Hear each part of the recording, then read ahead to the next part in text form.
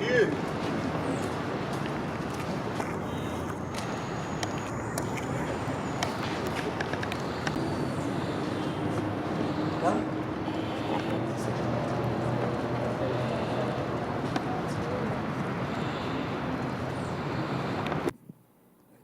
Well, good afternoon, ladies and gentlemen, and thank you so much for being here today.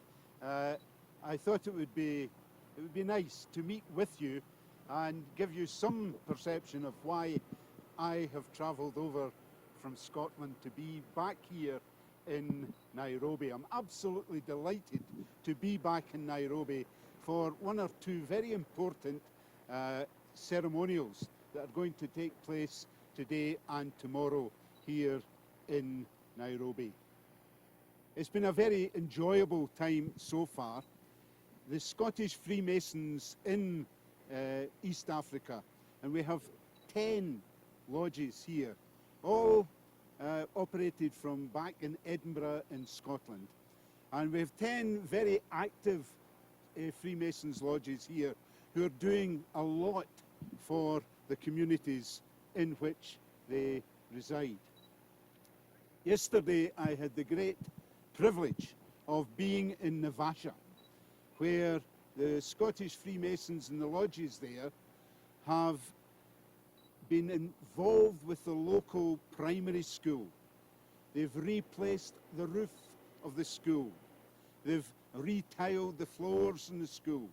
But most importantly, they have provided an IT laboratory so that the children can be taught with the latest of the technology available. And I'm extremely proud of the Scottish Freemasonry here in the country that they have done this. We've also been involved in things like providing ambulances in Uganda, and each lodge does its own thing as well with its own charitable outlook. Contrary to what some people believe, Freemasonry is purely and simply an organisation where we try and make good men better men. We try and instill in them the values of integrity, of honesty, of being God-fearing in whatever they wish. We try, in fact, the three principles of Freemasonry are quite simple and straightforward. We've got three pillars. And these three pillars represent all that is good in mankind. We are here to support our fellow men, whether, and women of course, whether they are in masonry or not. We like to be an integral part of each community and support the communities in whatever way we can. So I'm really, really delighted to have been able to travel over from Scotland for the ceremonials that are taking place this weekend. And I thank you all for the very warm welcome that I have once again received here in Nairobi. It's very much appreciated. So thank you for being here, and thank you for taking such an interest in the good works that we as Scottish Freemasons are trying our level best to do for the benefit of our communities. Thank you. They came and closed this place down over land threats. I'll start there. And also maybe you can start by clarifying on this issue. And secondly, there's a lot of misconception about Freemason in Kenya. A lot of talks about the secret society, Right. misconception about Okay. worship. Maybe you can Right, let me clarify that for you. First and foremostly, I have been briefed on the issue that this place was closed down. As you see, it's not closed down anymore. I am not fully aware of the situation. All I know is it is now been passed to the legal advisors and it is in their hands, and we await the outcome of that. But for the time being, as you can see, we are back as normal and that's as far as I know about the prevailing situation. You ask about misconceptions. Society, they also claim to be the same. Okay, a lot of suspicion, claims. Right. To be perfectly honest with you, there's nothing. We're told that Freemasonry is a secret society. It's not. If it was a secret society, I wouldn't be standing here talking to you today. It is a society that's got one or two wee secrets, and those wee secrets are nothing to worry about. It's simply to make sure that anyone who's coming into Freemasonry, we've got something exciting to tell them as they progress through the various degrees in Freemasonry. In basics, there are 3 degrees in Freemasonry. The first degree, and through that degree, the candidates are encouraged to take cognizance of the laws of the country that they live in. They're encouraged to do all that they can for their neighbour and to become good people. We move from there, they take their second step in Freemasonry, and in that degree we explore the liberal arts and sciences such as music, geometry, that type of thing. There's nothing untoward about it. If you go into any of the websites and things now, you can see all about Freemasonry. There's very few secrets at all. My concern is that if you go onto the website, you will see so many things in there that are totally and utterly untrue when it comes to Freemasonry. There's no hokey-pokey or anything at all about it. We're simply good, honest men who are trying to make good, honest men out of other men and improve society and bring to society all that we can through our charitable works. I had, and this affects men throughout the world, prostate cancer is a horrible disease that can affect every man.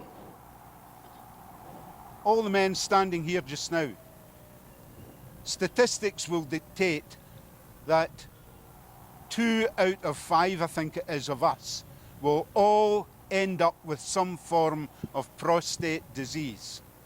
That being the case, I launched a program a few years ago called Make It a Million. As a result of Make It a Million, we have managed to hand over £1.2 million to cancer research. Cancer research that will benefit men in Scotland, England, Kenya, Tanzania, the Caribbean, Australia, wherever you like. That money is being used for the benefit of all of us. That is what we are about, trying to make life better. I've got 1 or 2 lodges in the province of Lanarkshire in Scotland. They are concentrating on an organisation called CHAS, the Children's Hospice Association Scotland. And where they're coming from is they are doing all that they can to make the lives of children who know they're going to die, but make them as best as they can during their short lifespan.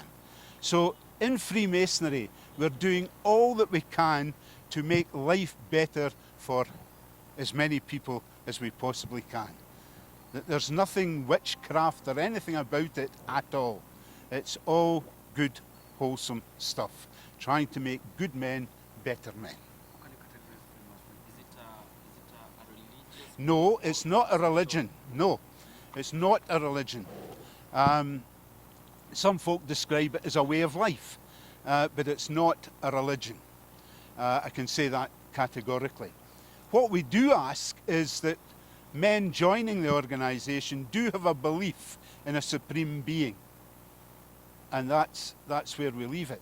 The supreme being is whatever faith, whatever religion, whatever creed you belong to. But as long as you have a belief in a supreme being, we welcome you with open arms. Lastly, then, I want to ask you, what goes on in this building? Do you have meetings like, is it a regular meeting every Friday you meet to discuss issues? How do you operate in this? Right. This is in the districts. If I can explain very briefly, under the heading of Scottish Freemasonry, we've got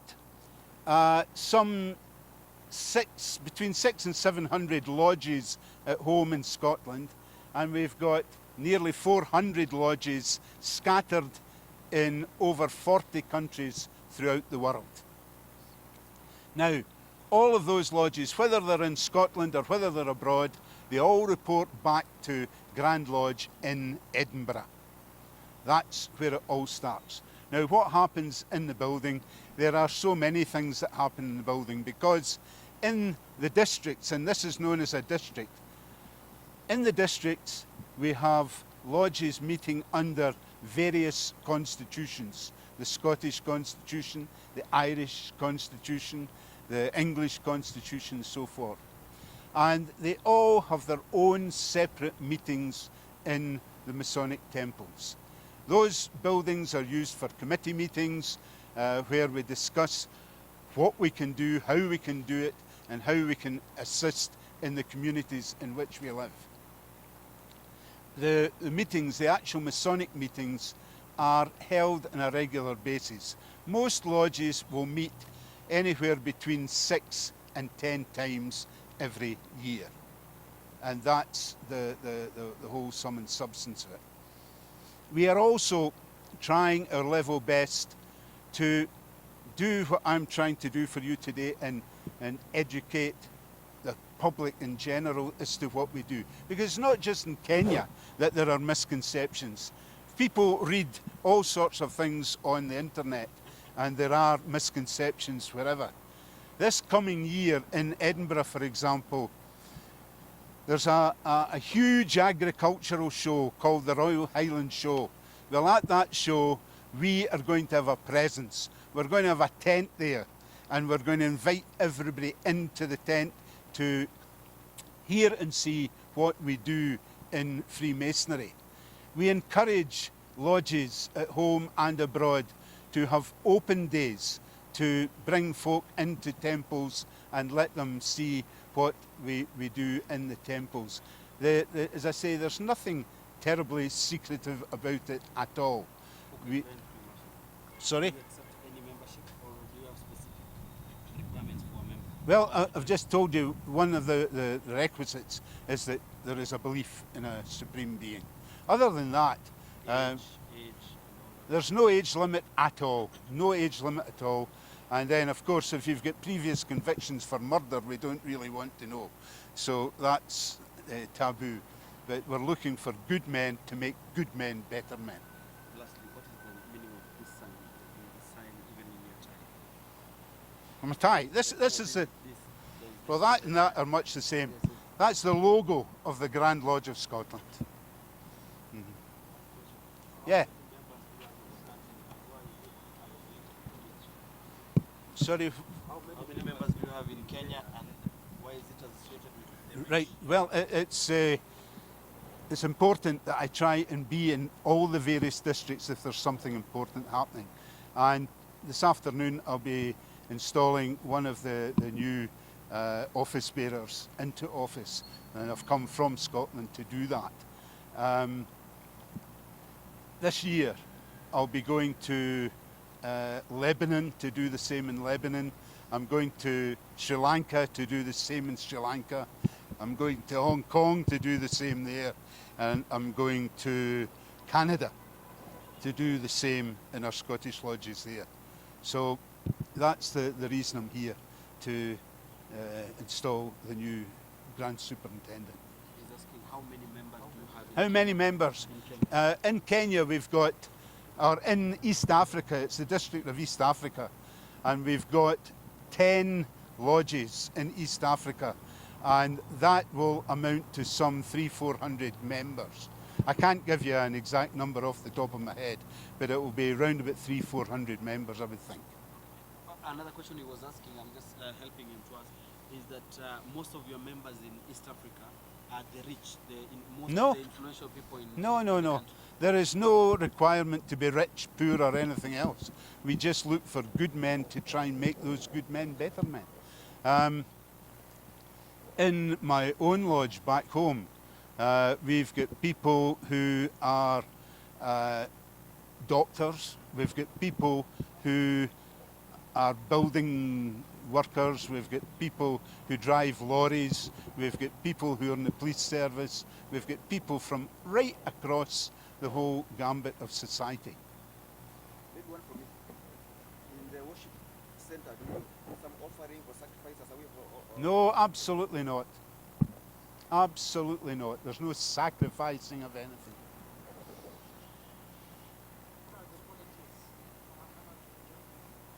Sorry?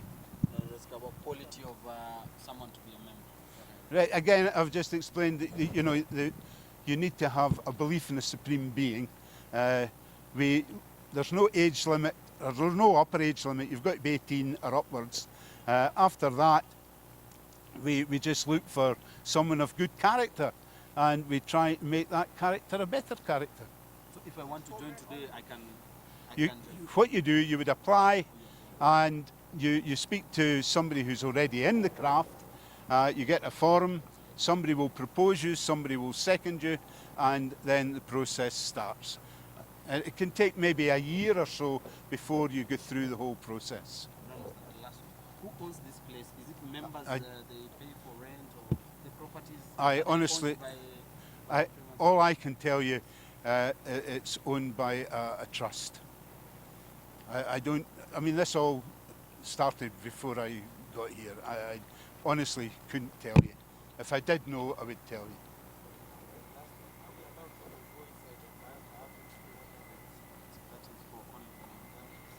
Today we've got this big meeting starting, so it's members today.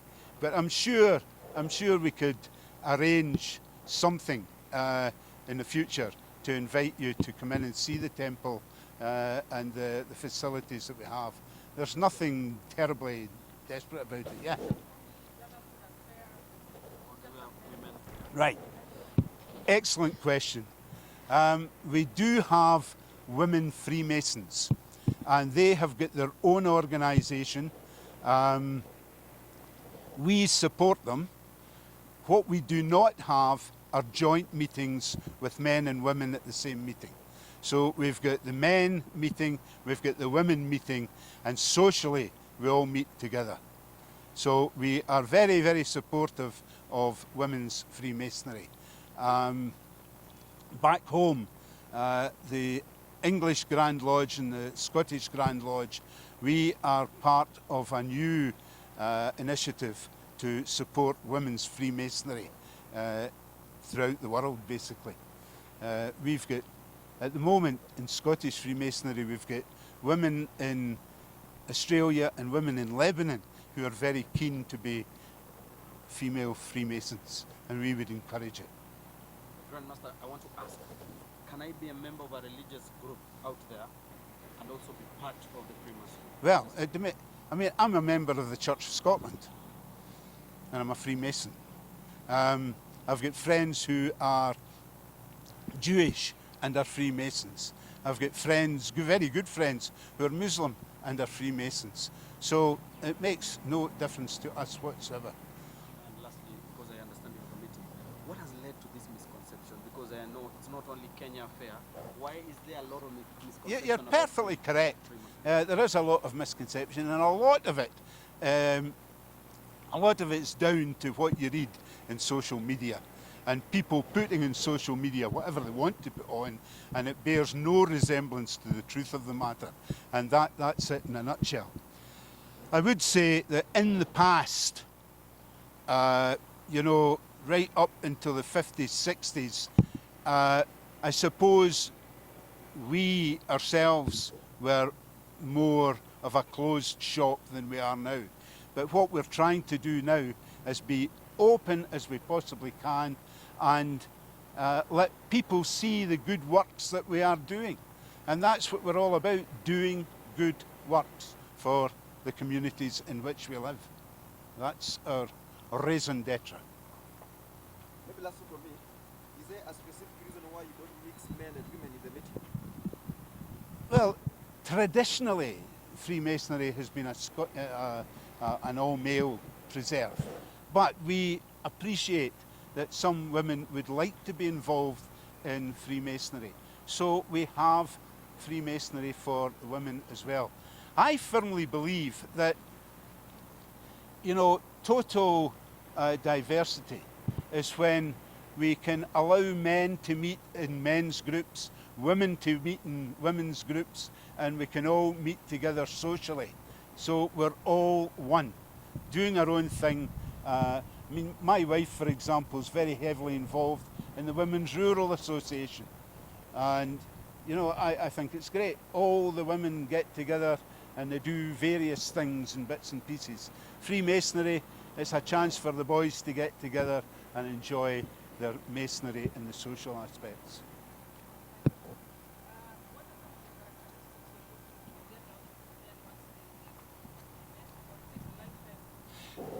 I would say I've been in Freemasonry now for 55 years.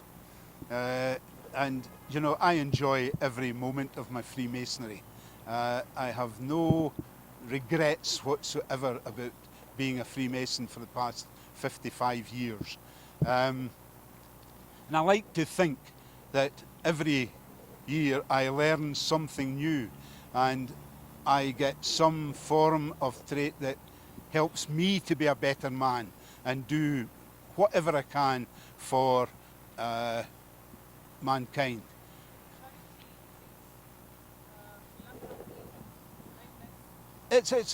I like your word there, kindness. And we do what we... Can I give you one more example? In my own province back in Scotland, we support a school in Malawi, a school that specialises in deaf children. The school has about 150 pupils. They are all profoundly deaf. And what we do from Scotland is we supply the school with wood for the woodworking classes. We supply the teacher for the woodworking classes. We have in the past supplied a solar pump to allow the water and what have you to be pumped without a problem. We've provided new mattresses for the school. We've provided food for the school. And that's from... Yeah, I mean, we've visited the school. I think I've been there 7 times now. And, you know, to see the way these children react when we take with us bits and pieces, it's absolutely tremendous. And the teachers do a great job, and if we can help them in any way. And it's the same yesterday when I saw the work that the Kenyan Freemasons have done in the school at Naivasha. Absolutely superb. And these children are being given opportunities that they might never ever have had if it hadn't been for the work that the guys down there have done. Maybe which doctrine have you subscribed? Like there is that 66 number, is it associated with Freemason? Sorry? The doctrine, which doctrine have you subscribed to as a Freemason? Like there is a myth here that is being associated with 666. Is it by any way associated with the Freemason? No. He's asking, do you follow like a specific doctrine? No, I've already told you there's no such thing. No, please believe me. We are there to benefit humanity. There is no doctrines or whatever. It's purely down to what we can do for humanity. The numbering of the lodges. I'm involved in several lodges. Lodge Seaforth is 854.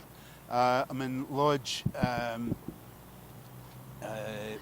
what do you call it? Alan Wilson, which is 851. I'm in Lodge St Barkin, which is 156. And it's basically a register. And every time a new lodge comes on to being, we give it the next consecutive number. There's nothing untoward about this. I don't know where you're getting all this stuff about witchcraft and God knows what. We do not, and please believe me, we do not involve ourselves in any such thing. I think if everyone wants to, maybe one thing as you're living, the style of building this house that the windows are up, the architecture of your lodge is. Not windows down, those windows are down. No, no, you're just reading into things. That No, I'm it's, just asking. yeah, Those are- there's absolutely no significance in that whatsoever. Thank you. He's had more last questions than I've. No, it's. Your symbol symbolize? Sorry? Your symbol, what is it? Is it a The star? square and Is compasses. it a compass? Right. We are what we call operative, speculative Masons. And we use the symbols that old operative Masons would have used, like squares, compasses, chisels, that kind of thing. But what we do, we use those tools in a moral sense, you know, to square our actions with mankind, to work on the level with everyone. So we use those symbols in a symbolic way rather than a practical way. Okay. Well, thank you very much, everyone, for being here. I greatly appreciate it. It's lovely to be back with you.